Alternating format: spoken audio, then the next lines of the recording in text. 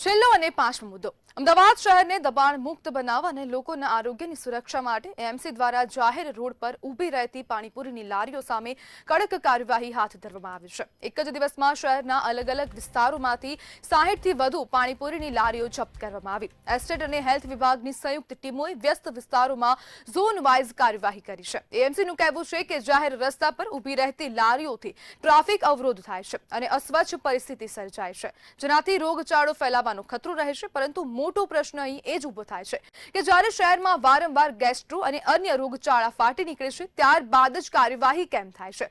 અગાઉથી આયોજન અને સતત મોનિટરિંગ કેમ નથી થતું? આરોગ્યના નામે ક્યારેક કડક કાર્યવાહી અને પછી લાંબી ઢીલાસ આજ એએમસીની કાર્યશૈલી પર સવાલો ઊભા કરે છે। અને જે બાદ હવે ગાંધીનગર, સુરત અને રાજકોટમાં જે પ્રમાણે હવે રોગચાળો ફાટી નીકળ્યો છે ને તે બાદ જ હવે એએમસીનું તંત્ર જાગ્યું છે અને 6 થી 7 દિવસ બાદ આ કાર્યવાહી કરવામાં આવી છે। પાણીપુરીની લારીઓને તમામ જગ્યા પરથી દૂર કરવામાં આવી છે। 60 થી વધુ જેટલી જે પાણીપુરીની લારીઓ છે તેના દબાણો દૂર કરવામાં આવ્યા છે।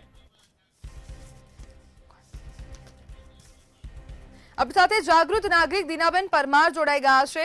દીનાબેન, હવે અમદાવાદના નાગરિકોને પાણીપુરી ખાવા નહીં મળે, એક જાગૃત નાગરિક તરીકે આપની શું પ્રતિક્રિયા છે?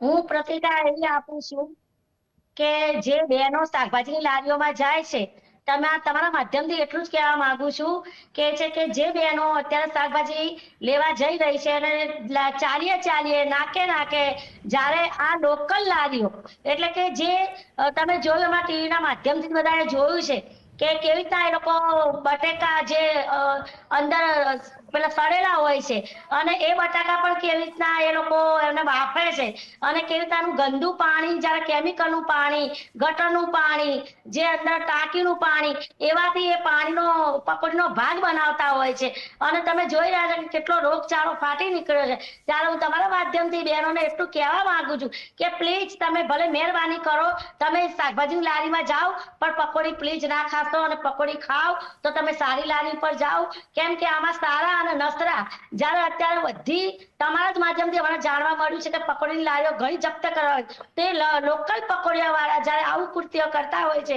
કે ગંદા પાણીમાં અને ગંદા બટાકામાં જ્યારે અંદર ભેળસેળ કરતા હોય છે ત્યારે રોગચાળો ફાટી નીકળે છે। એટલે હું આપના માધ્યમથી એટલું જ કહેવા માંગીશ કે હું મહેરબાની કરું કે મહિલા આગેવાન તરીકે હું કહેવા માંગુ છું કે મહિલાઓ પણ આની સાવચેતી રાખે। દીનાબેન, જ્યારે અમદાવાદ, સુરત અને રાજકોટ, ગાંધીનગરમાં પણ આવા ટાઇફોઇડના કેસમાં સતત વધારો થઈ રહ્યો છે અને તેના 6 થી 7 દિવસ બાદ એએમસી જાગ્યું છે ને તે બાદ કાર્યવાહી કરાય છે અને એ પણ આ કાર્યવાહી દબાણ મુક્ત કરવાના નામે કરવામાં આવી છે, તો તેને લઈને શું કહેશો? એ દબાણ મુક્તમાં એવું છે કે જ્યારે બી અત્યારે પકોડીની લારીઓ જ્યાં પણ જોવા મળે છે ત્યાં કોર્પોરેશન સારા હોય કે નસરા હોય, પણ જો પેલું કહેવત નથી કે લીલાની સાથે સૂકું પણ બળી જતું હોય છે। એટલે જે અત્યારે આ ગંદુ બાફવાના બટાકા કામ કરે છે, જ્યારે કેમિકલનું કામ કરે છે, તો સારાની બદલે આજે નસરા પણ એ નસરાની જગ્યાએ સારા માણસો, સારા પકોડી વાળા પણ અત્યારે આમાં પીછાઈ રહ્યા છે।